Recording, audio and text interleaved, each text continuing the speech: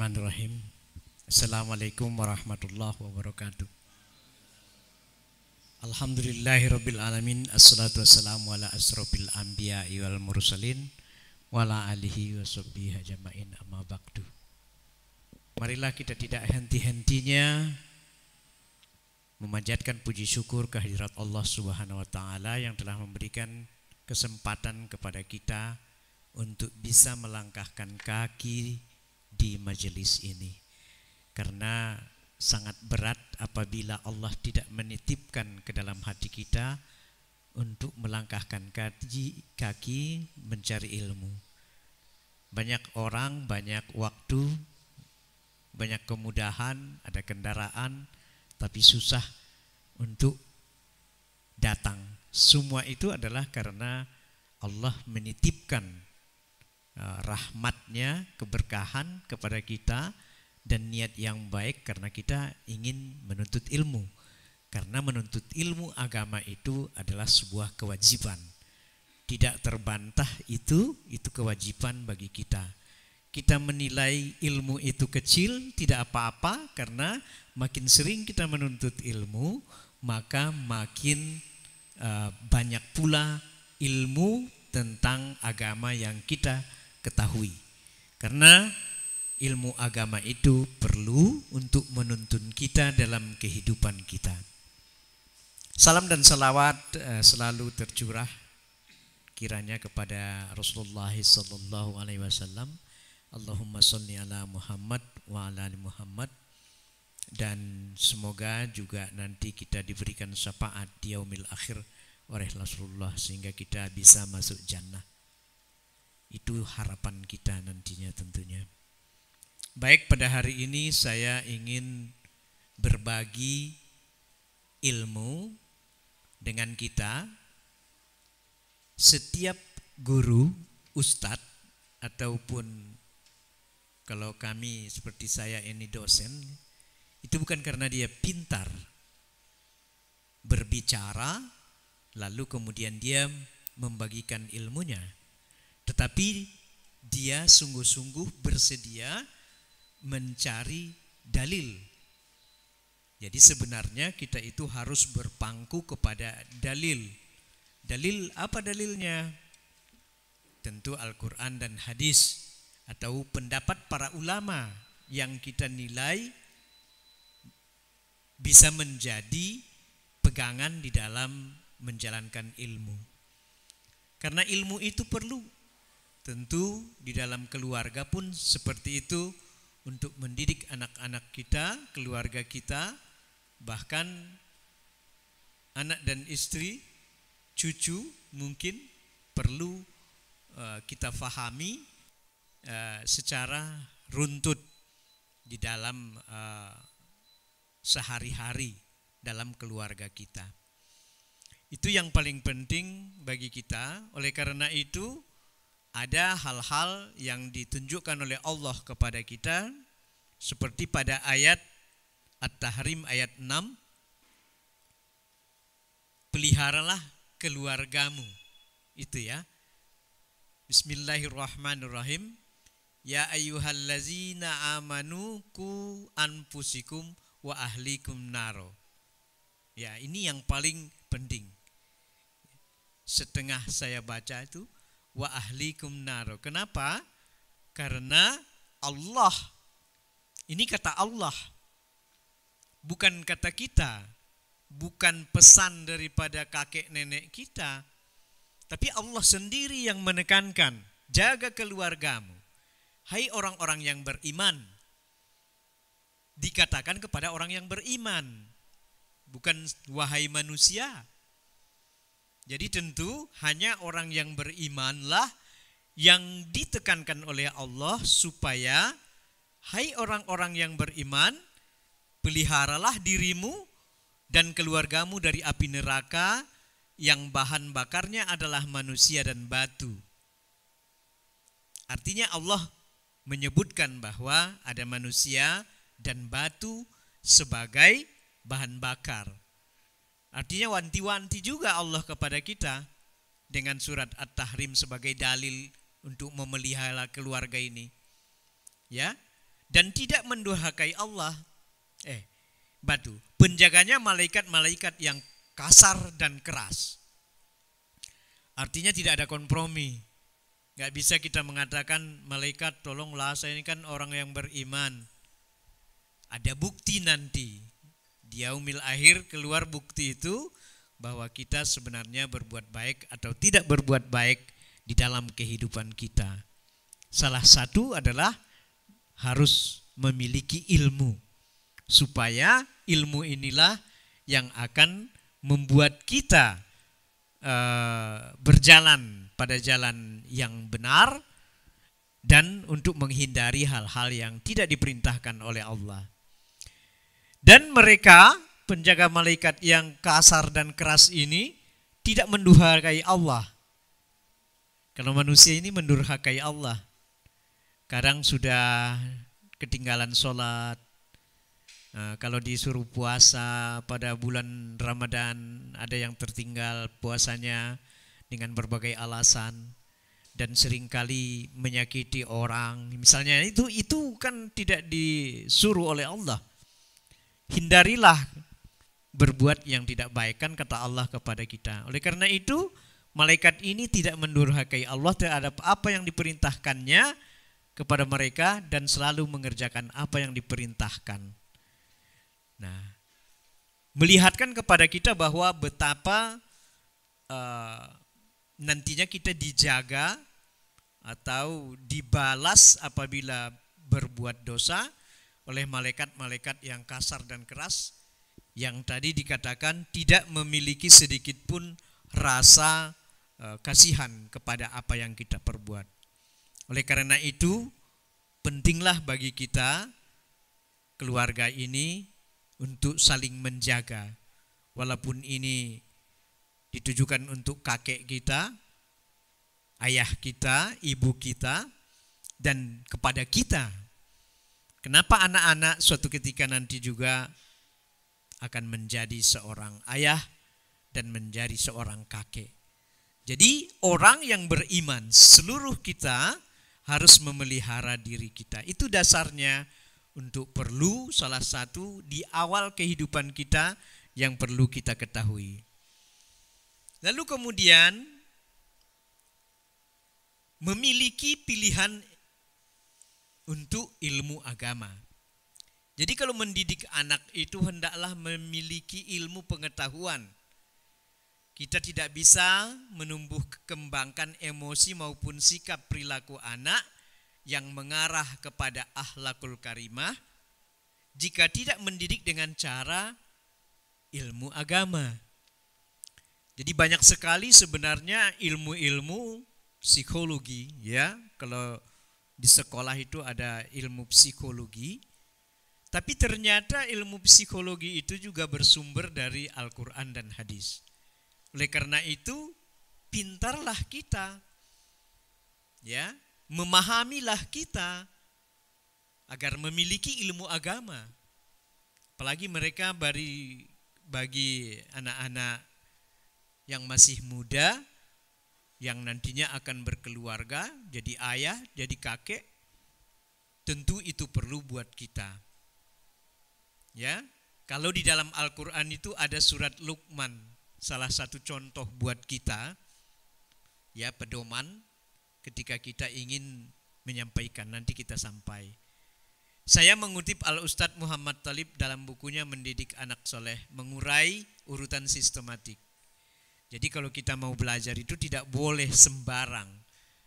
Harus ada orang yang cerdas dan pintar yang menuntun kita untuk bisa mendapatkan ilmu itu. Ada urutan di dalam ilmu. Gak boleh sembarangan karena kita bukanlah orang yang pintar sekali, hanya bisa menyampaikan ilmu. Jadi pedoman kita, dalil kita adalah Al-Quran dan hadis. Yang pintar adalah Allah, adalah Rasulullah, ya, dengan para ulama yang telah mengkaji apa kaitan daripada ilmu yang harus kita sampaikan. Jadi kita, para ulama, para ustadz itu menyampaikan saja, menyampaikan apa yang sudah ada. Ya, supaya kita, Pak Muhammad Talib, supaya kita tidak ngolor ngidul di dalam menyampaikan ilmu itu. Ada sistematikanya. Yang pertama, yang mendidik anak dengan ilmu, dasar ilmu seperti dalam surat Luqman. Ya, surat Luqman ayat 12. Pak. Ya, mungkin dibacakan oleh Pak. Quran surat Luqman surat 31 ayat 12. A'udzubillahi minasyaitonirrajim. Bismillahirrahmanirrahim. Walaqad ataina Luqmanal hikmata anishkur lillah wa may yashkur fa innama yashkuru li nafsi wa man kafara fa innallaha ghaniyyun hamid. Yang artinya, dan sungguh telah kami berikan hikmah kepada Luqman, yaitu bersyukurlah kepada Allah. Dan barang siapa bersyukur kepada Allah, maka sesungguhnya dia bersyukur untuk dirinya sendiri. Dan barang siapa tidak bersyukur atau kufur, maka sesungguhnya Allah Maha Kaya, Maha Terpuji. Ya, jadi yang ingin kita sampaikan dapat dari situ. Dan sesungguhnya telah kami berikan hikmah. Hikmat itu ilmu. Artinya Allah pun memberikan ilmu kepada Luqman agar dia mampu mendidik anak dan keluarganya. Oleh karena itu kita pun harus begitu. Harus ada ilmunya, enggak boleh sembarangan hanya belajar. Nenek moyang kami dulu mengatakan seperti itu, tidak benar misalnya ya. Oleh karena itu apa yang perlu? Kita perlu hikmat, pengetahuan. Tentu kita harus memiliki pengetahuan ilmu mendidik keluarga. Ya, dia bilang begitu, jangan asal mendidik ya. Wah, nenek-nenek moyang kami, mereka juga punya ilmu pada zamannya. Karena disebutkan juga di dalam hadis, didiklah anakmu atau keluargamu atau berikan pelajaran kepada masyarakatmu pada zamannya.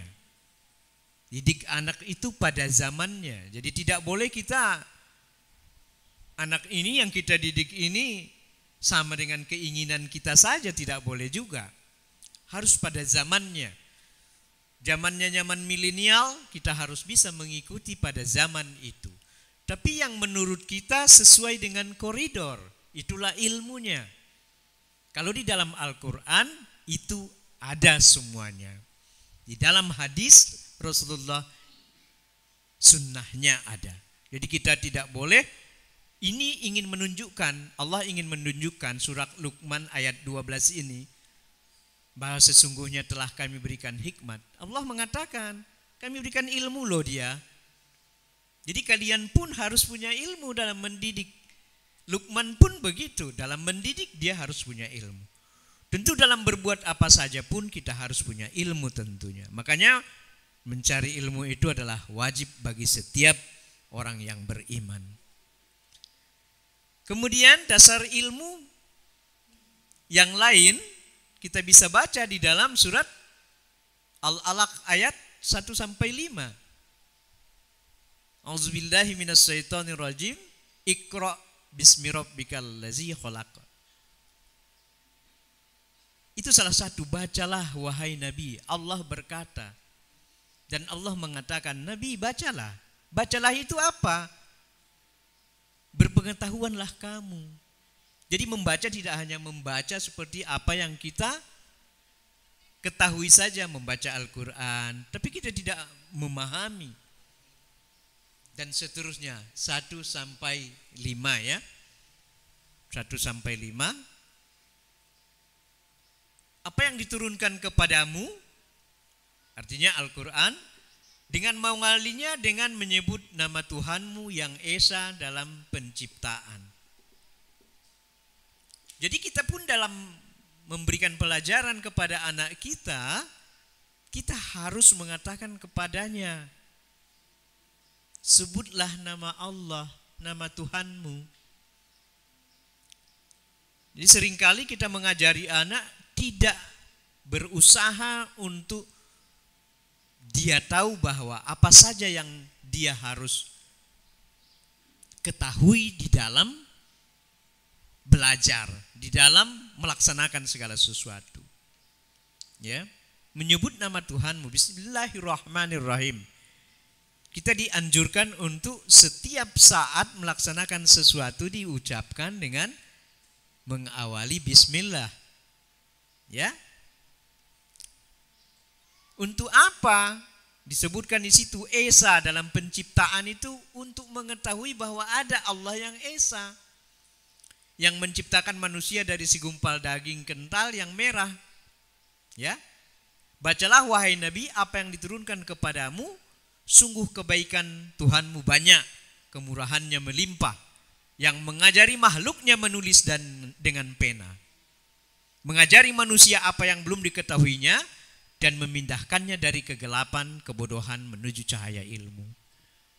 Menunjukkan kepada kita bahwa Al-Quran itu begitu besar pedoman bagi kita. Lalai kita kepada Al-Quran, maka sia-sialah hidup kita.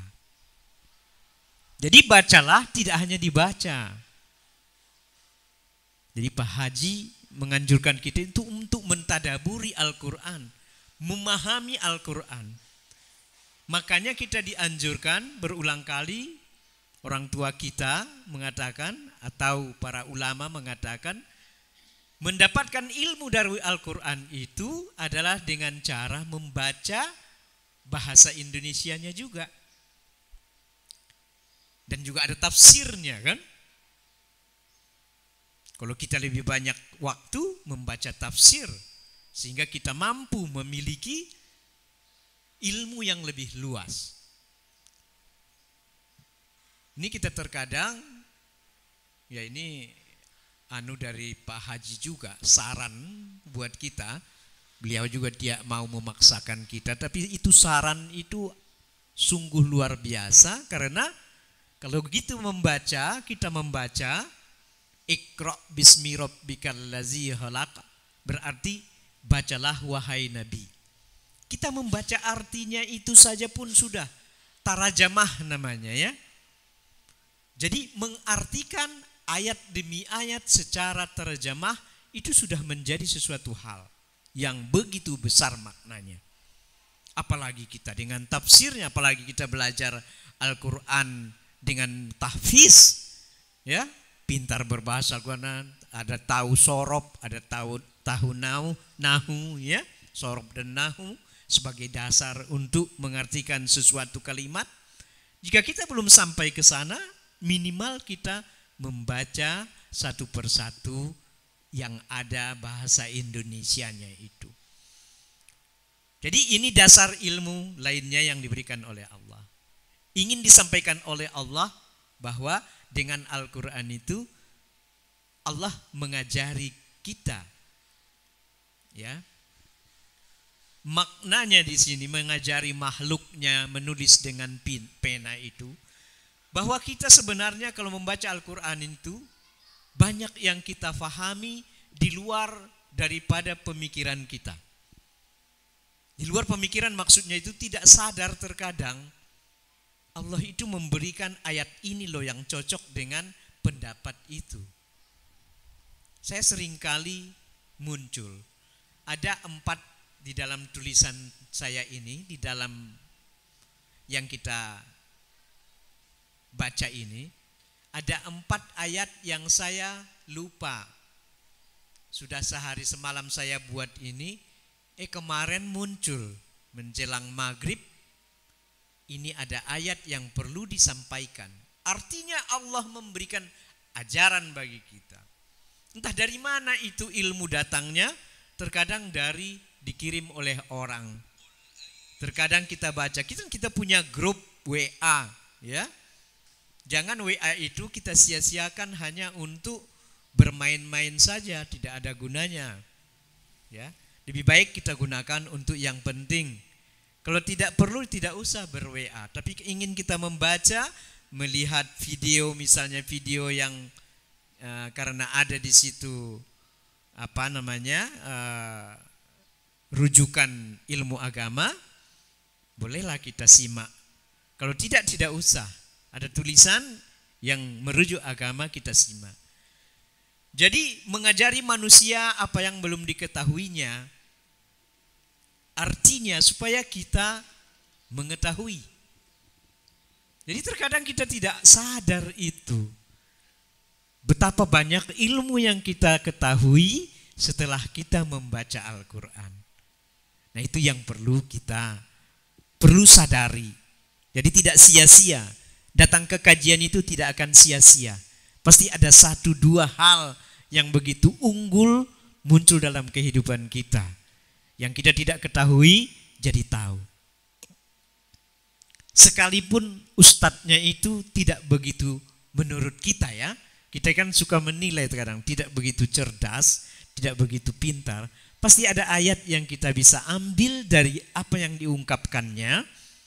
Karena memang bukan ustadz yang perlu cerdas, tapi ada dalil yang dia sampaikan yang perlu menjadi dasar buat kita di dalam menerapkan. Jadi harus ada ilmu. Ini ayatnya. Bacalah ya. Di dalam memberikan pembelajaran bagi anak, mohon petunjuk kepada Allah. A'udzubillahi minasyaitonirrajim. Bismillahirrahmanirrahim.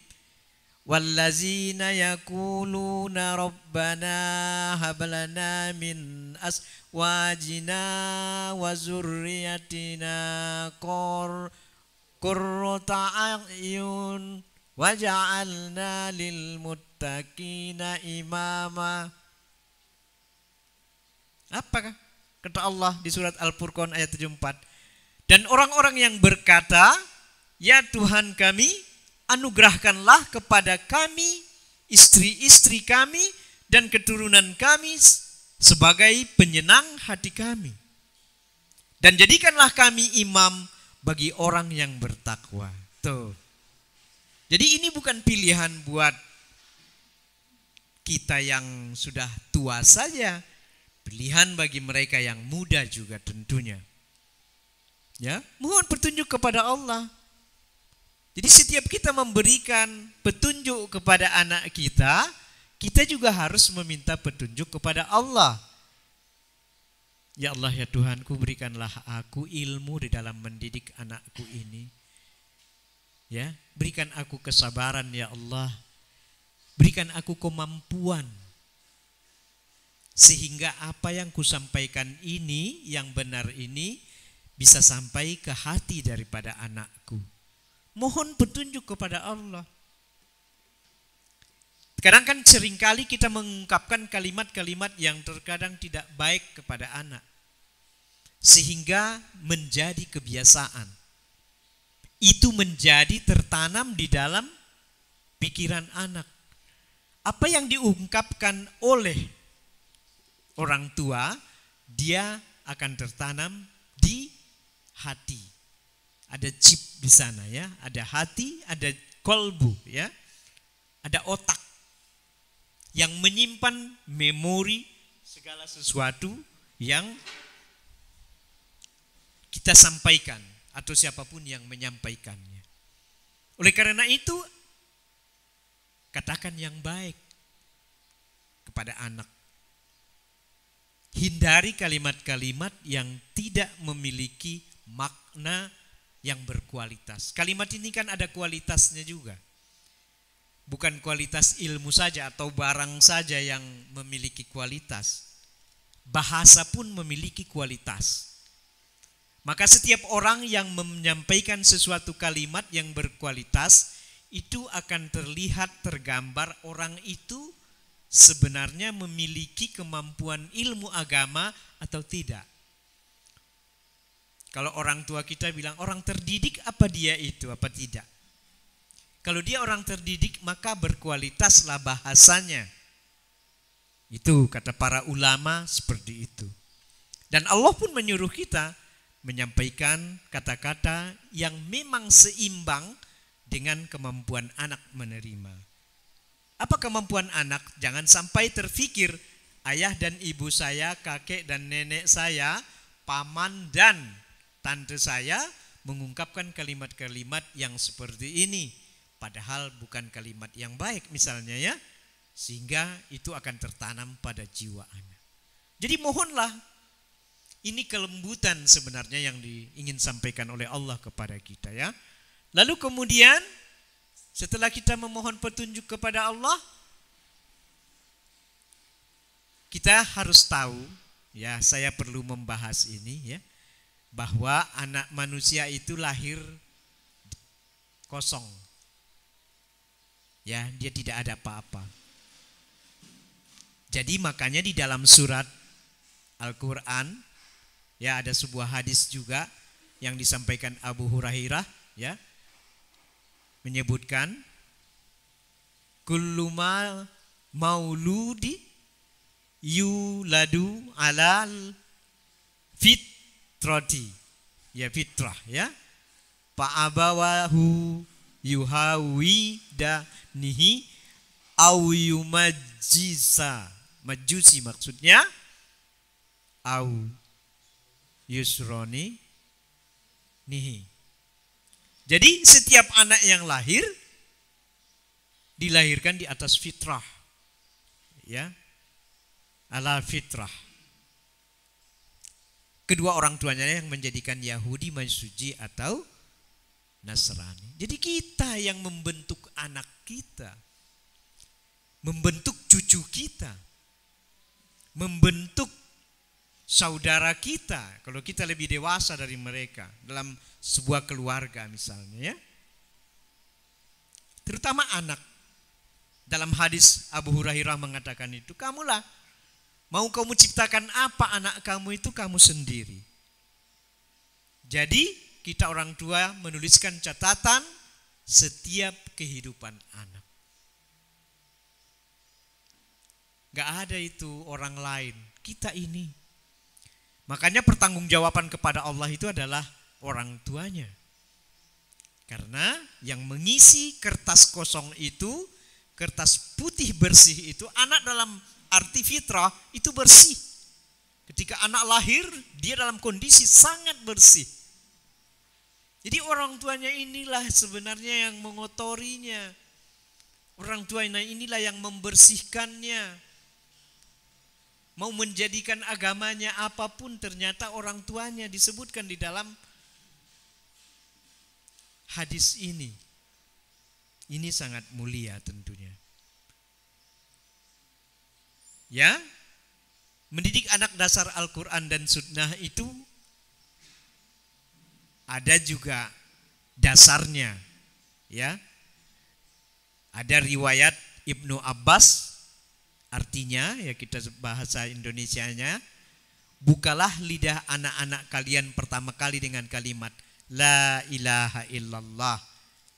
Dan saat mereka hendak meninggal dunia maka bacakanlah La ilaha illallah. Sungguhnya barang siapa awal dan akhir pembicaraannya La ilaha illallah, kemudian ia hidup selama 1000 tahun, maka dosa apapun tidak akan ditanya kepadanya. Jadi artinya apa?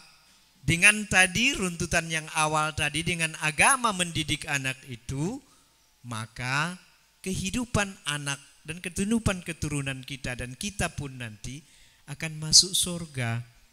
Makanya kalau di Indonesia itu diazankan ya, seorang anak lahir itu diazankan. Ya. Disebutkan kalimat La ilaha illallah pertama kali anak terlahir. Dan selalu kita mengatakan kalau orang mau meninggal diajari ya dengan kalimat La ilaha illallah Muhammad Rasulullah tentunya. Itu tidak akan bisa serta-merta dihafal apabila tidak diamalkan dari awal kehidupan kita ketika mendidik anak cucu kita itu.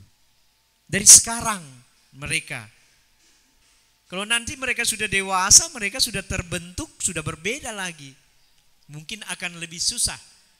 Tetapi kita tidak boleh tentunya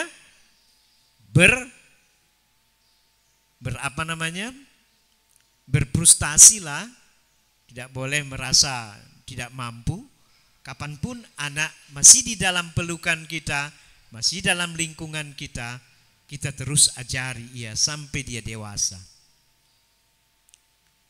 Yang pertama kali tadi disebutkan juga ya, seperti Luqman ayat 11. Ya.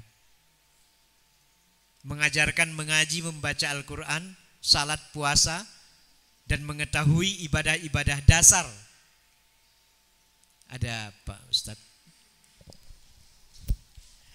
Quran surat Luqman ayat 11. A'udzubillahi minasyaitonirrajim. Bismillahirrahmanirrahim. Hadza khalqullahu fa'aruni maza khalaqal ladzina min duni baliz zalimina fi dhalalim mubin. Yang artinya, inilah ciptaan Allah, maka perlihatkanlah olehmu kepadaku apa yang telah diciptakan Allah sesembahanmu selain Allah. Sebenarnya orang-orang yang zalim itu berada di dalam kesesatan yang nyata. Ya. Jadi Luqman, ini contoh, surat Luqman ini bagi kita contoh. Dia katakan apa? Inilah ciptaan Allah. Jadi bahwa manusia itu adalah ciptaan Allah. Kita perkenalkan anak kita, anakku, ya, setelah dia memahami, ya, anakku, manusia ini ciptaan Allah. Karena ciptaan Allah, maka kita pun akan kembali kepada Allah nanti. Tentu dengan segala ilmu, makanya saya bilang tadi perlu berilmu. Apa yang harus kita katakan terlebih dahulu?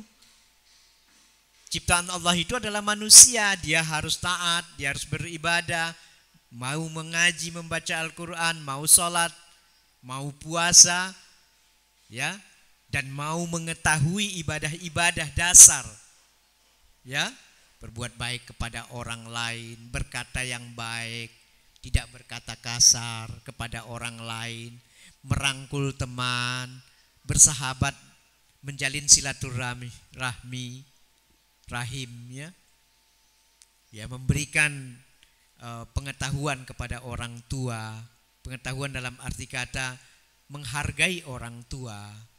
Kita ajarkan dia seperti itu lebih awal. Lalu kemudian memberi pelajaran. Luqman ayat 13, start. Quran surat Luqman ayat 13. A'udzubillahi minasyaitonirrajim. Bismillahirrahmanirrahim. Wa idz qala Luqman libnihi wa huwa ya'izuhu ya bunayya la tusyrik billah inna syirka la zulmun azim. Yang artinya, dan ingatlah ketika Luqman berkata kepada anaknya ketika dia memberi pelajaran kepada anaknya, wahai anakku, janganlah engkau menyekutukan Allah. Sesungguhnya menyekutukan Allah adalah benar-benar kezaliman yang sangat besar. Jadi Luqman mengajarkan kepada anaknya untuk tidak menyekutukan Allah. Hai anakku, Allah menyebut kalau kamu mau memanggil anakmu, hai anakku. Artinya kalau di dalam bahasa itu, hai anakku itu adalah orang yang memiliki kelemah lembutan. Ini nanti ada ayatnya di belakang. Jadi Luqman berkata pada anaknya di waktu memberi pelajaran, hai anakku, janganlah kamu mempersekutukan Allah. Ada dasarnya di dalam Al-Quran untuk mengajari anak kita untuk tidak mempersekutukan Allah. Artinya apa yang hendak kita katakan itu dicatat oleh Allah di dalam Al-Quran. Surat Luqman itu. Karena itu kezaliman yang besar, kata Allah. Jadi Allah mengajari Luqman di dalam Al-Quran. Oleh karena itu apa? Al-Quran ini mengajari kita harus belajar di dalam Al-Quran. Ya, lalu kemudian berbuat baik kepada orang tua. Kita pun harus mengatakan kepada Luqman. Ya, baca Arabnya saja Pak Ustadz. Enggak, Arabnya.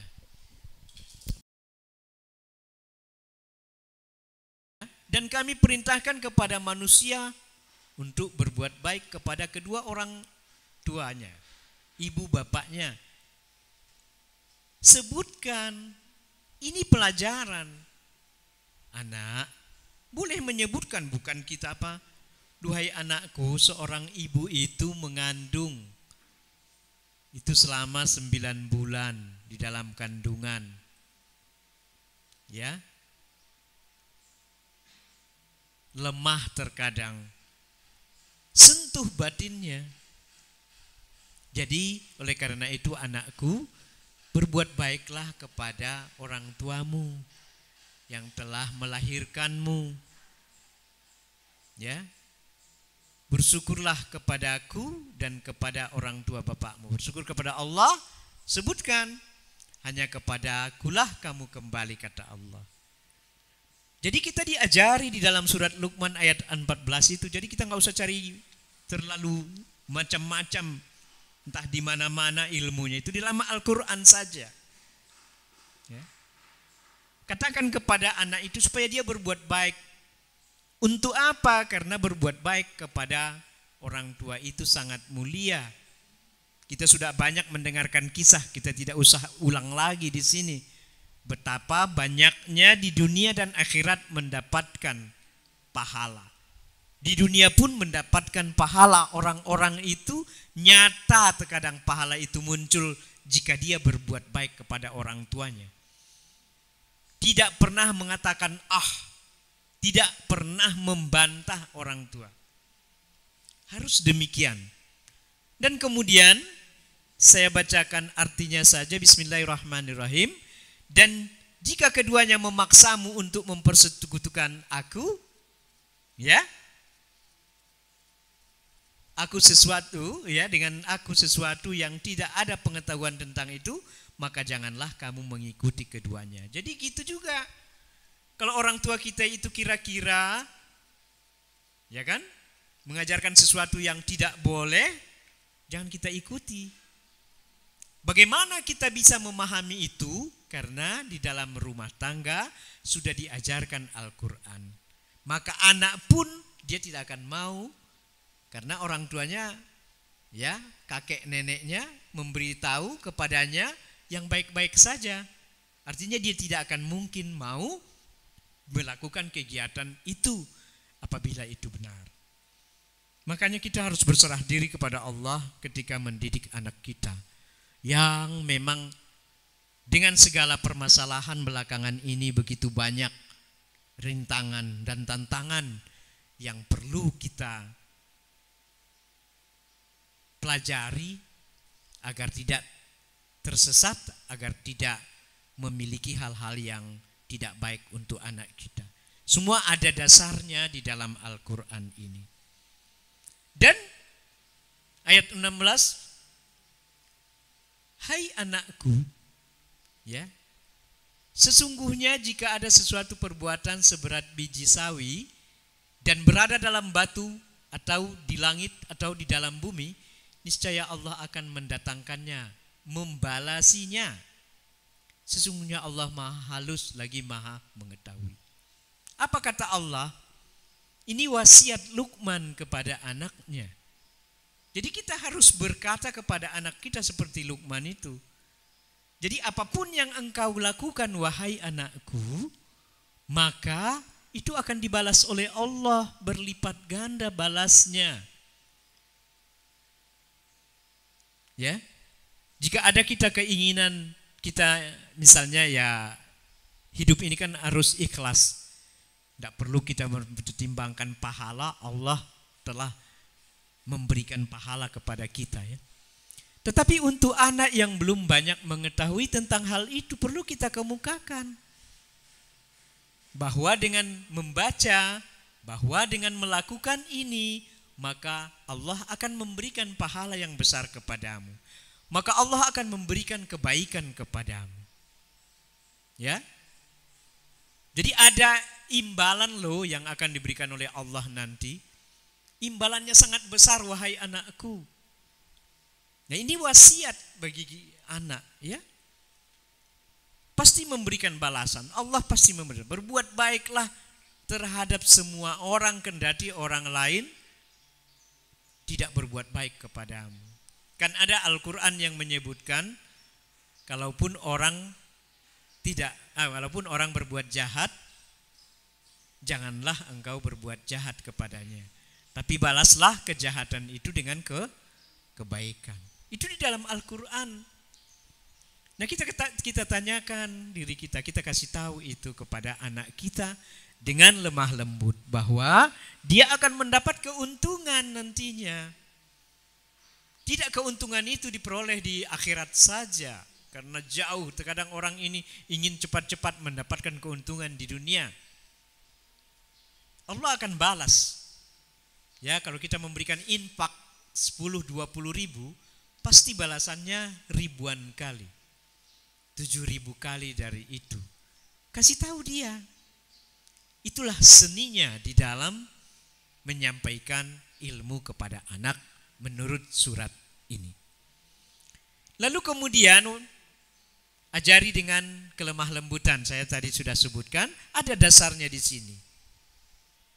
Boleh ayat Luqman, surat Luqman 17, start.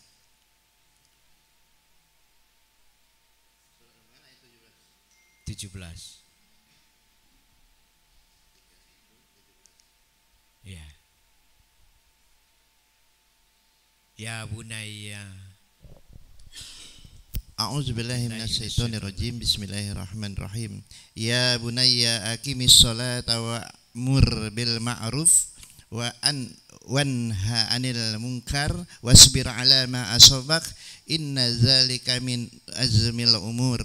Yang artinya wahai anakku, dirikanlah salat dan suruhlah manusia berbuat makruf dan cegahlah mereka dari kemungkaran dan bersabarlah terhadap apa yang menimpamu. Sungguh yang demikian itu termasuk perkara yang penting. Artinya, wahai anakku itu adalah kalimat kelembutan. Ya. Dan dirikan solat, suruhlah manusia berbuat makruf dan cegah dari kemungkaran. Dari awal kita sudah memberikan pembelajaran dari ayat Luqman surat 17 ini kepada anak kita agar dia mendirikan solat selalu. Jadi tentu ada seni di dalam menyampaikannya, ada ilmu di dalam menyampaikan supaya ia takut kalau tidak salat. Kan kita pun begitu dulu ya, waktu masih muda masih ingat-ingat. Kalau tidak sholat ini takut.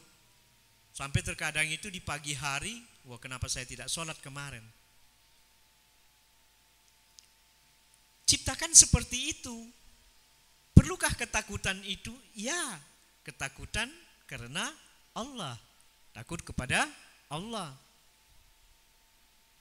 Kalau dia sudah takut kepada Allah, maka dia tidak akan pernah melakukan hal-hal yang jelek. Hal-hal yang meninggalkan. Makanya anak, kita pun jadi anak, haruslah selalu mentaati apa yang dikatakan oleh orang tua kita untuk berpegang teguh kepada tali Allah. Hubungkan selalu zikrullah setiap hari dengan Allah. Astaghfirullah itu bahasa, tetapi ingat itu menyeluruh untuk kehidupan kita. Ada dengan istighfar, orang dengan istighfar kepada Allah maka dia akan sempurna rasanya kehidupan dia. Astaghfirullahalazim, astaghfirullahalazim, ya. Ada orang yang melakukan itu. Subhanallah wa bihamdihi, subhanallahil azim, subhanallah wa bihamdihi, subhanallah wa bihamdihi, subhanallah wa bihamdihi, subhanallah wa bihamdihi. Dia memuji Allah. Nah ini harus kita ajarkan. Kita tentu harus memiliki contoh jadi orang tua. Tentu kita ini pernah juga seperti itu dulunya. Seperti saya dulu ya. Lagunya John Lennon. Sampai ke rumah lagu John Lennon. Ya, sehingga anak-anak terkadang hafal lagu John Lennon.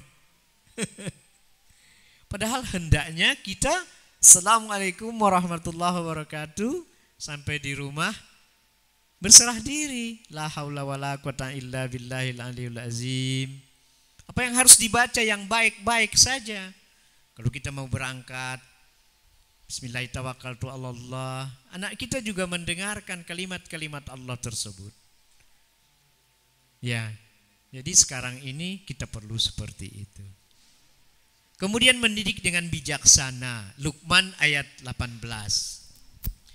A'udzubillahi minasyaitonirrajim. Wala tusa'ir khaddaka linnasi wala tamsi fil ardi marha innallaha la yuhibbu kulla mukhtalin fakhur. Ya. Dan jangan kamu memalingkan mukamu dari manusia. Ini kata Luqman. Allah menjelaskan dalam Al-Quran, Luqman berkata kepada anaknya, jangan kamu memalingkan mukamu dari manusia karena sombong. Jadi kita diajari oleh Allah untuk tidak sombong. Karena perbuatan sombong itu, kata Allah, tidak baik. Dan jangan kamu berjalan di muka bumi dengan angkuh. Kita pernah mengalami itu. Ya, orang tua ini seperti saya mungkin ya, pernah merasa sombong dan angkuh itu pernah kita miliki.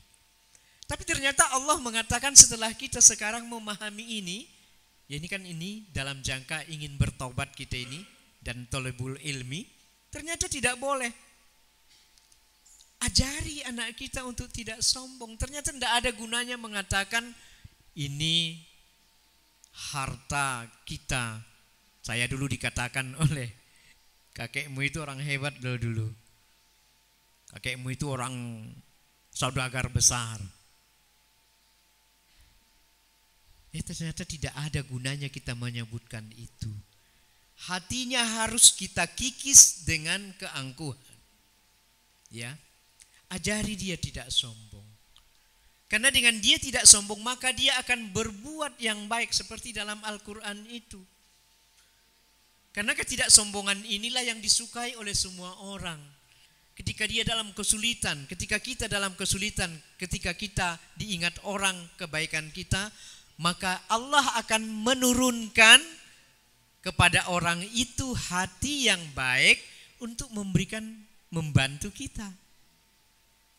Ya. Nah itu yang paling utama. Kemudian ayat 19-nya Ustaz.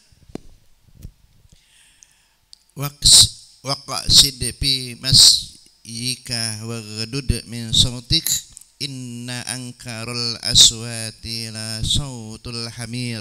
Ya. Bismillahirrahmanirrahim. Dan sederhanalah kamu dalam berjalan dan lunakkanlah suaramu. Sungguhnya seburuk-buruk suara ialah suara keledai. Artinya Allah mengimbangkan suara kita yang berteriak-teriak mengajari anak dan sanak famili kita ini dengan suara yang senyenggak-nyenggak. Gak boleh. Lemah lembut, sederhanakan suaramu. Ya, Ali, jangan ke situ. Di sana banyak orang. Kalau intonasinya yang besar, vokalnya yang besar, tidak masalah. Jangan kau ke situ. Tapi kalau kita ibaratkan itu membarengi kalimat kita dengan kalimat yang kurang baik, mohon maaf sekali kita berkata, kurang ajar. Itu kan tidak diajarkan oleh Allah. Kalimat-kalimat yang seperti itu kata Allah adalah kalimat, anak muda sekarang bilang kalimat kaleng-kaleng ya. Tidak punya adab manusia itu. Makanya saya bilang tadi di depan sekali harus punya adab. Harus punya adat dan adab, kualitas bahasa mengajari anak. Lemah lembut dan berkualitas, kalimatnya berkualitas. Sederhanakan, lunakkan suaramu. Jadi Allah mengatakan itu. Ya. Ada satu dasar kesantunan itu dari Bukhari dan Muslim, dari Umar radhiyallahu an berkata, ketika masih kecil aku pernah berada di bawah pengawasan Rasulullah sallallahu alaihi wasallam dan tanganku bergerak mengelur ke arah makanan yang ada di piring. Maka Rasulullah bersabda kepadaku, wahai anak, sebutlah nama Allah, makanlah dengan tangan kananmu. Coba bayangkan. Rasulullah mengajari kita sesederhana mungkin. Ya. Di dalam hadis ini sangat sederhana pun diajari oleh Rasulullah. Diajari oleh Allah melalui Rasulullah. Artinya tidak boleh sembrono dalam kehidupan kita ini, dalam mendidik anak kita. Ya, sebutkan nama Allah. Ya, bismillahirrahmanirrahim. Makanlah dengan tangan kananmu. Bagi mereka yang bertangan kidal pun dalam Islam dianjurkan untuk bisa makan dengan tangan kanan. Itu sangat diusahakan, wajib hukumnya.